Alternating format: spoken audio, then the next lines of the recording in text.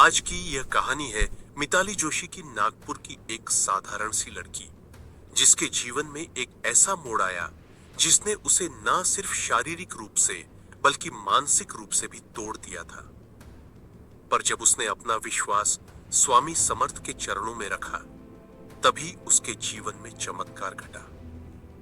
मिताली जोशी कुछ महीनों पहले तक एक खुशमिजाज और ऊर्जावान युवती थी। वह नौकरी करती थी, दोस्तों के साथ समय बिताती थी और जिंदगी में आगे बढ़ने के सपने देखती थी। लेकिन एक दिन अचानक उसे तेज बुखार और कमजोरी महसूस हुई। धीरे धीरे यह बीमारी गंभीर होती गई। लगातार डॉक्टरों के चक्कर, दवाइयों के डोज, टेस्ट और इंजेक्शन सब कुछ चल रहा था, पर हालत में कोई सुधार नहीं हो रहा था। डॉक्टरों ने कहा, यह बीमारी लंबी चल सकती है, इसमें धैर्य, संयम और निरंतर उपचार जरूरी है। लेकिन मिताली का मन अब टूटने लगा था। वह हर रात सोचती, क्या मैं कभी ठीक हो पाऊंगी? क्या मेरी जिंदगी अब ऐसे ही बीतेगी? धीरे धीरे उसका आत्मविश्वास खोने लगा। चेहरा उदासी से ढक गया और उसके भीतर एक गहरी निराशा घर कर गई। इसी बीच उसकी एक सहेली ने उसे सलाह दी, मिताली, अक्कलकोट जाओ, स्वामी समर्थ के दर्शन करो, वहां जाकर मनोभाव से प्रार्थना करो, विश्वास करो, उनकी कृपा से सब संभव है। शुरुआत में मिताली को यह बात थोड़ी अजीब लगी। उसने सोचा, क्या सच में श्रद्धा से बीमारी दूर हो सकती है?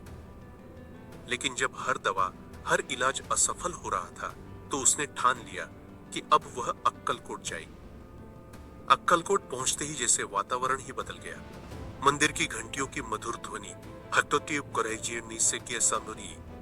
भक्तों का भजन और हर तरफ फैली एक दिव्य शांति। मिताली के मन में पहली बार कई दिनों बाद सुकून का एहसास हुआ। वह मंदिर में लंबी लाइन में लगी रही, पर उसके भीतर एक अलग ही ऊर्जा थी। जब उसने स्वामी समर्थ के दर्शन किए, उसकी आंखों से आंसू अपने आप निकल आए।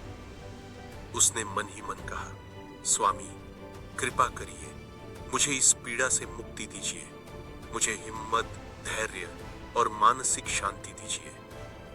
उसी क्षण मिताली को लगा जैसे किसी ने उसके सिर पर हाथ रखा हो। एक हल्की सी ऊर्जा, एक शांत लहर उसके भीतर बहने लगी। उसके मन का बोझ धीरे धीरे उतरता गया।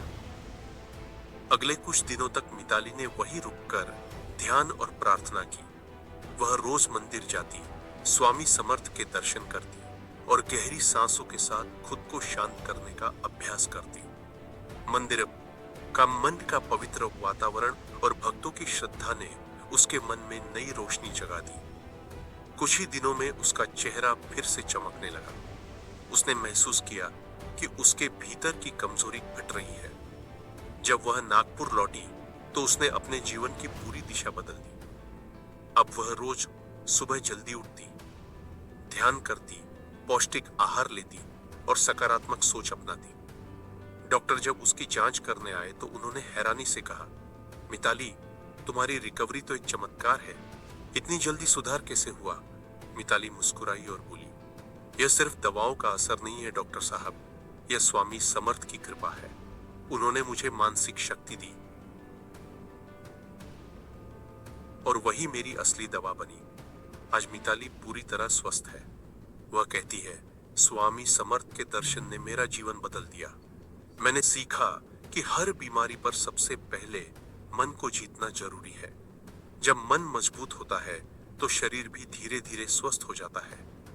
अब वह हर दिन स्वामी समर्थ का स्मरण करती है, उनके भजन सुनती है और अपने दोस्तों को भी कहती है, अगर जीवन में संकट हो तो डरना नहीं, श्रद्धा रखो और स्वामी समर्थ के चरणों में मनोभाव से प्रार्थना करो, मार्ग खुद ब खुद खुल जाएगा। मिताली की इस कहानी से हमें यह सीख मिलती है कि जीवन में जब सब रास्ते बंद लगे, जब आशा की कोई किरण न दिखे, तो सिर्फ एक चीज साथ रहती है, श्रद्धा। स्वामी समर्थ का आशीर्वाद केवल चमत्कार नहीं करता, वह भीतर के भय, तनाव और कमजोरी को मिटाकर मानव को आत्मविश्वास, धैर्य और नई ऊर्जा से भर देता है।